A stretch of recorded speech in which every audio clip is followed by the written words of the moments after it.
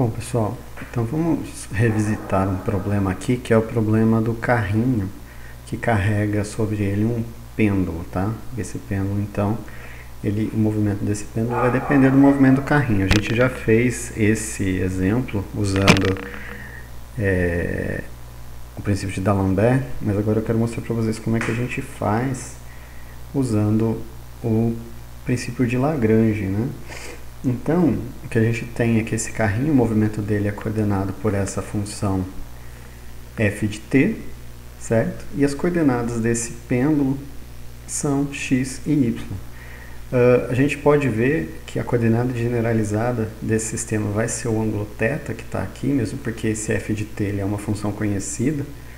Tá? Então, a única variável independente que eu tenho aqui é esse θ, certo? Porque eu posso agora escrever tanto a posição x quanto a projeção x quanto a projeção y em termos desse θ, de tal forma que o x vai ser f, que é a posição onde o carro está, que depende de f de t, mais L seno de θ, que é essa projeção, onde L é o comprimento aqui do pêndulo, né, dessa haste rígida. Lembrando que eu estou desprezando a massa dessa haste.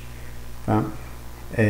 O y vai ser L cosseno de θ, e aí a gente pode, a partir dessas duas informações, escrever o vetor R, que determina a posição em relação ao referencial, por exemplo, inercial colocado aqui, em que isso aqui vai ser x na direção y mais y na direção j.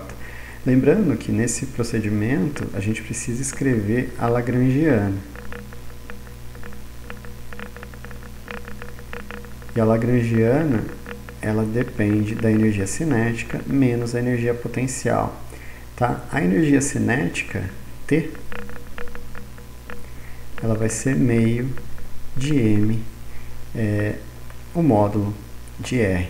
Né? Lembrando que o módulo de R quadrado vai ser o quadrado das coordenadas, então basta R ponto, né? Desculpa, a velocidade ao quadrado, tá? Então, isso aqui vai ser meio de m x ponto ao quadrado mais y ponto ao quadrado.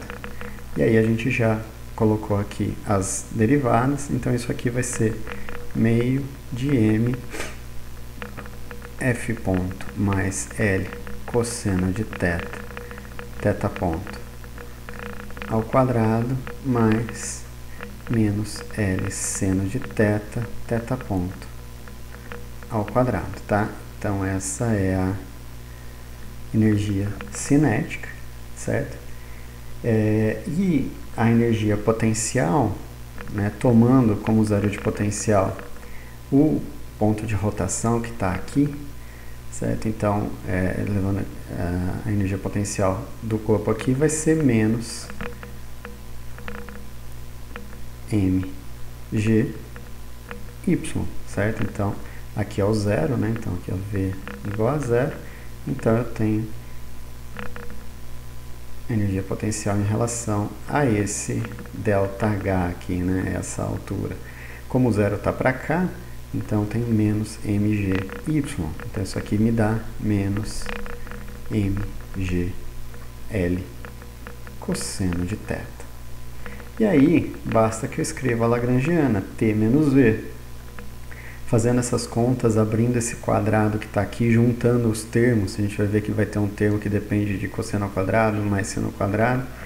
Isso me diz que a lagrangiana vai ser meio de m vezes a derivada primeira da função ao quadrado mais 2L cosseno de θ, θ ponto mais L ao quadrado cosseno ao quadrado de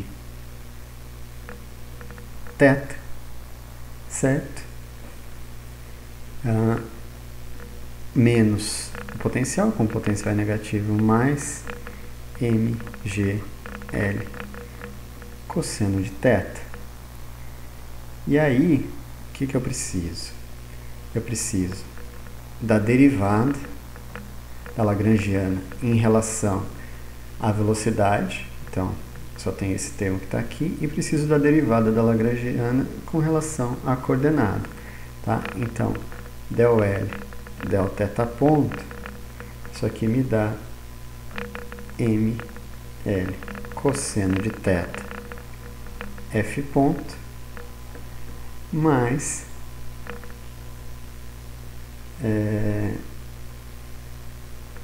opa, pessoal, eu escrevi esse termo aqui está errado, da lagrangiana, desculpa. Eu olhei coisa errada aqui. Fazendo essa conta direitinho, isso aqui ó, me dá f ponto ao quadrado mais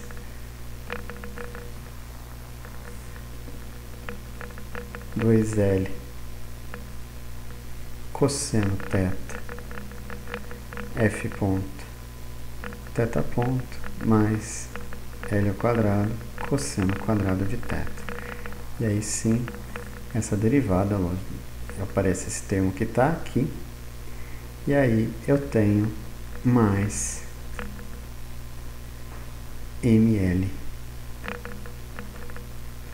quadrado θ ponto, tá? E aí, a derivada no tempo disso, ddt de del L del θ ponto, vai ser ml quadrado θ dois pontos mais ml cosseno de θ f dois pontos, que é esse termo, e o θ também varia no tempo, né? Então menos ml seno de θ f ponto θ ponto, certo? Então esse é o primeiro termo que eu preciso. O segundo termo que eu preciso é a derivada com relação ao próprio θ da lagrangiana, tá? Então, isso aqui é menos ml f ponto θ ponto seno de θ menos mgl seno de θ. Levando isso na equação de Lagrange, então, que é ddt de del L del θ ponto menos del L del θ igual a zero, isso resulta em